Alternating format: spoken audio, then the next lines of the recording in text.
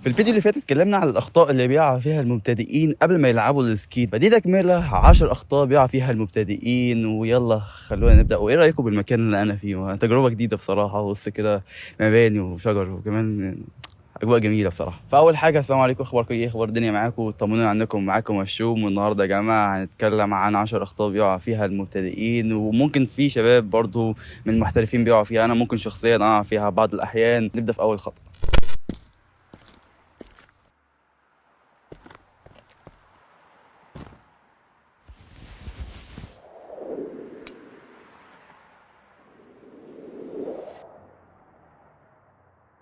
خلينا متفقين ان الاغاني حرام. زي ما ربنا رزقك بالصحه والعافيه انك تطلع من بيتك وتنزل وتروح للمكان اللي هتلعب فيه السكيت وتستمتع بيه، وفي نفس الوقت ربنا رزقك انك يكون معاك فلوس انك تشتري سكيت او حتى تتأجر سكيت، وهو برضو اللي رزقك بالقوه والصحه انك تجري بالسكيت وتلعب بيه وتستمتع فيه، فتقابل النعمه ديت انك تسمع اغاني.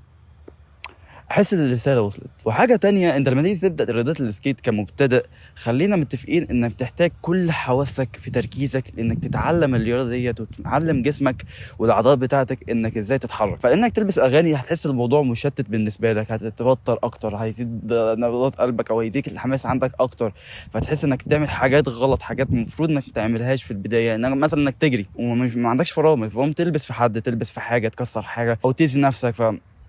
انا ما انصحش بحاجه زي كده، حتى لو انت محترف، حتى لو انت شخص جامد، ما انصحكش بحاجه زي كده. ومش كلنا معصومين عن الخطا، وخير الخطائين التوابين. نيجي بقى للخطا التاني. لو انت نزلت تلعب سكيت ورجلك بالشكل ده ورجلك بتتحرك جوه السكيت بالشكل ده، فاول حاجه الحمد لله على سلامتك انك رجلك كويسه لحد دلوقتي والحمد لله. وانا اسف على الكلام اللي انا هقوله، بس انت فقدت جزء كبير جدا من متعتك في لعبك السكيت. ليه يا هشام؟ ليه الكلام ده؟ هقول لك ليه بكل بساطه. فزي ما اتكلمنا في الفيديو اللي موجود في الاي اللي فوق، ان اهميه ان السكيت بتاعك يكون مربوط كويس، يكون بيفرق معاك بالنسبه لك في جزئيه الراحه وجزئيه المتعه والتعلم في نفس الوقت. فانك تلبس السكيت وهو مش مربوط كويس، يعني هي تجربه مش بتخليك تتعلم صح، وبتخلي رجلك مايله، وفي نفس الوقت ممكن تعرضك للاصابه بشكل مباشر في رجلك بسبب المفصل اللي بيكون مايل وانت ضاغط عليه بشكل غلط. فبالتالي اي حركه بتكون بميلان خطا ده بيسبب اصابه بشكل مباشر او بشكل قوي وعنيف. يعني كانك جبت كده عصايه كده او مفصل وتنيته بشكل غلط بدل اللفه بتاعته الطبيعيه، وممكن يتقطم في اي لحظه. فسلامتك مهمه، واهم حاجه انك تكون مستمتع في الرياضه دي. انت خلاص اتفرجت على الفيديو الاولاني وطبقته وعملت كل اللي موجود فيه وسمعت الخطوتين اللي قبل كده، ودلوقتي خلاص انا مطمن عليك. وهنبدا دلوقتي للخطوه الاساسيه، انك خلاص انت هتلعب سكيت وتقوم دلوقتي. اوبس، لقيت نفسك وقعت. انك تقوم بالحركه ديت هي حركه غلط، لان انت بتستخدم السكيت كانك مش لابس سكيت. اي نعم احنا لما نيجي نقوم بنقوم بالشكل دهوت واحنا لابسين الكوتشي، لان الكوتشي ثابت على الارض. اما السكيت هو عباره عن عجل، ولكن لما تيجي انت تقوم بالشكل دهوت، اول حاجه تخلي رجلك بحرف التي. تمام، ايوه حرف التي مش حرف الفي، علشان تسند الرجل بتاعتك على الرجل التانية. يعني تثبت رجلك الشمال او اليمين على حسب الاقوى عندك، وتيجي التانية وتسندها عليها، وبعد كده تحط ايدك على الارض وتقوم جسمك من ورا، وبعد كده ترفع جسمك حبه حبه وتحط الايد الاولى على ركبتك والتانية على ركبتك، واحده واحده. والخطوات بسيطه، لو ما عرفتش عادي بسيطه جدا، خلي صاحبك يساعدك. بس اهم حاجه تعرف تقف بالوضعيه ديت، ولما تقع واحده واحده تحاول انك تعمل الخطوات ديت بالشكل دوت والتسلسل دوت. والف سلام عليك لو انت وقعت.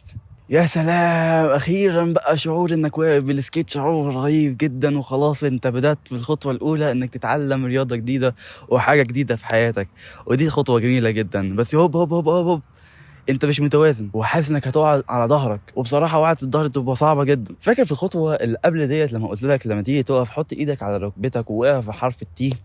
الخطوه دي مهمه جدا، لان وقوفك بالسكيت هي خطوه اساسيه في انك تبدا تتحرك. فده بيجيبنا للخطا الرابع، انك تتعامل او تقف بالسكيت كأنك واقف طبيعي، فارد ظهرك واقف فارد رجلك، وده غلط كبير. وقوفك بالسكيت بيعتمد على ظهرك وانحنائه وركبتك وتانيها.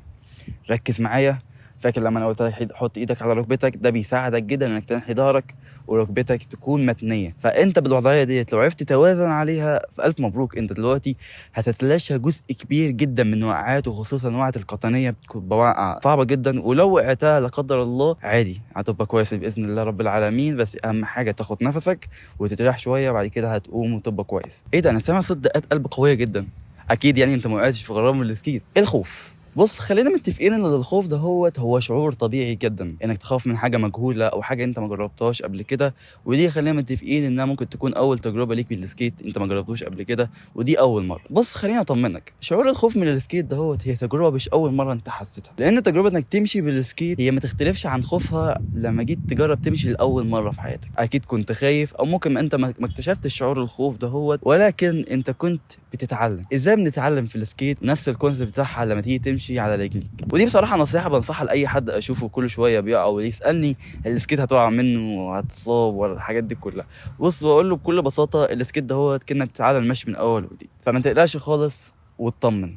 اهم حاجه يكون معاك السيفتي بتاعك وتكون انت مرتاح نفسيا ومسترخي نفسيا، لان الخوف ده هيعيق تجربه التعلم بالنسبه لك. لو انت الخوف تملكك فهتلاقي ان في صعوبه انك تلعب، في صعوبه انك تتخطى انك تقع اول مره. هتلاقي ان الموضوع بالنسبه لك هو تحدي صعب جدا. ولما تبص على اللي حواليك تلاقي ان هم كلهم بيمشوا ويقعوا ويضحكوا ويقوموا تاني وانت متنشن وخايف، هتلاقي الموضوع بالنسبه لك مش تجربه لطيفه خالص وعكس اللي انت كنت متوقعه.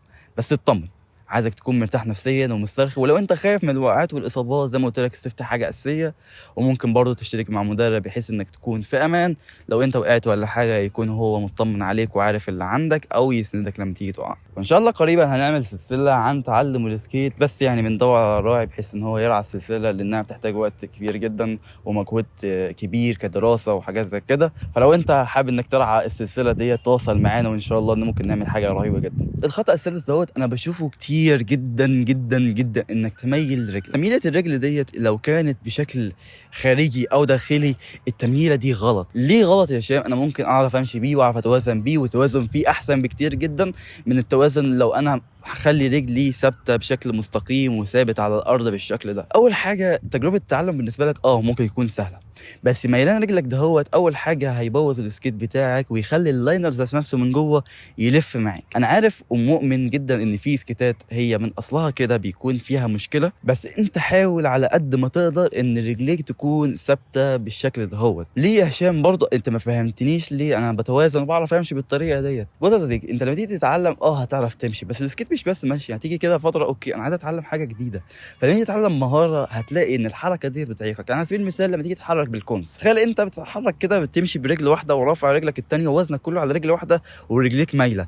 تخيل شكل رجلك عامله ازاي وميلان رجلك عامل ازاي، وممكن الضرر اللي ممكن يحصل لرجلك، وحتى شكل الحركه بيكون مش لطيف بصراحه. فانت حاول على قد ما تقدر انك تخلي رجلك مستقيمه، ولو السكيت مش مساعدك مش مشكله، ابدا اتعلم فيه وتحرك بيه وهكذا لحد ما ربنا يوفقك وتجيب سكيت احسن واحسن وتتقدم في الرياضه وتكون حاجه رهيبه بالنسبه لك. ونيجي بقى للخطا السابع. بص انت لو حاولت تمشي بالسكيت كأنك ماشي من غير السكيت، بص انت لو عملت ايه مش هتمشي. مشيك بالسكيت ده بيعتمد على خطوات ومفاهيم هي بسيطه جدا، بس لازم تكون مدركها وفي نفس الوقت معود عضلاتك انك تمشي بيه. فمن غير السكيت انت بتمشي بعضلات او بتستخدم عضلات عشان تمشي، اما في السكيت انت بتحتاج تعمل مسل اب او تقوي عضلات معينه في رجلك. ممكن تكون عضلات كبيره او اساسيه، او ممكن تكون عضلات فرعيه او تكون عضلات صغيره. دي كلها بتساعدك على التوازن وانك تعرف تمشي بالسكيت. فبتعمل ماسلز ميموري او تستخدم الماسلز ميموري علشان تستوعب ازاي بيتحرك جسمك. فبتبقى خطوات وستبس بسيطه جدا بتحتاج بس انك تمارسها في اول مره تاني مره.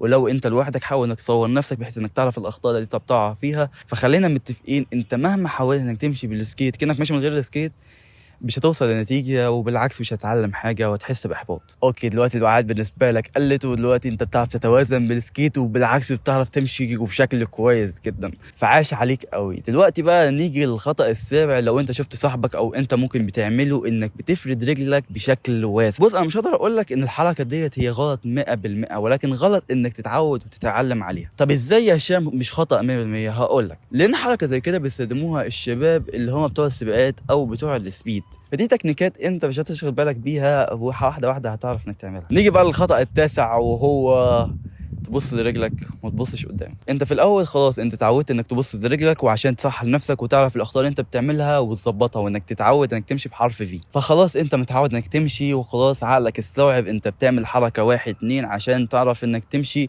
وتروح لقدام. خلاص انت تروح للستيب التانية وما تقفش في الستيب ديت انك تقعد تبص لرجلك وانت ماشي. حاول انك واحده واحده تبص قدامك وتعرف تمشي بحيث انك تشوف الاجواء اللي قدامك وتشوف الناس اللي حواليك وتعرف تتفادى لو في حد ماشي قدامك، ودهوت بيزيد توازن بالنسبه لك، وهتلاقي الموضوع بالنسبه لك اختلف. بدل ما كل شويه تبص لرجلك وتبص للسكيت بتاعك وتغلط وتتلخبط، لا انت بص قدام وخلاص عقلك ماشي بشكل اوتوماتيك. وده طبيعه عقلنا ان هو لما بيتعود على حاجه بيتأتمت عليها او خلاص بيتلاشاها ويعرف ان هو يديرها بشكل لا واعي. يا واخيرا جينا لاخر خطأ بنشوف المبتدئين، وده خطأ بشوفه كتير جدا جدا جدا، اللي هم الشباب اللي بيجروا وما عرفوش يقفوا.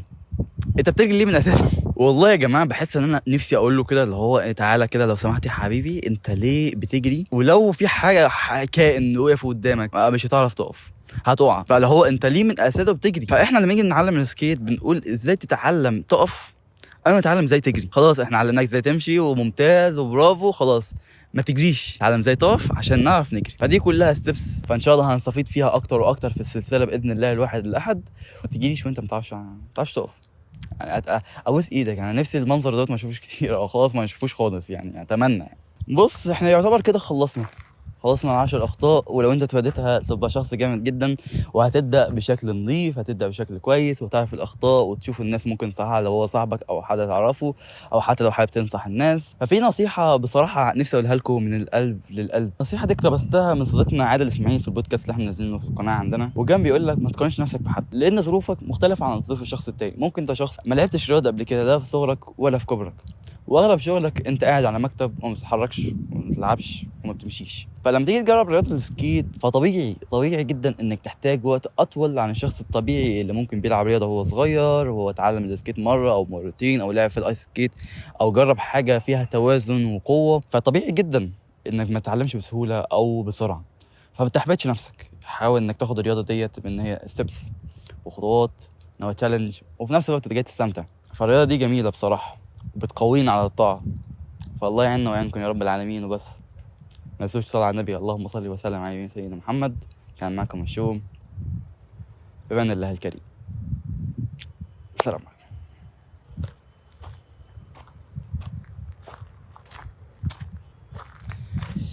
الحمد لله. السلام عليكم. هتشتغل هنا يا غالي؟ تمام.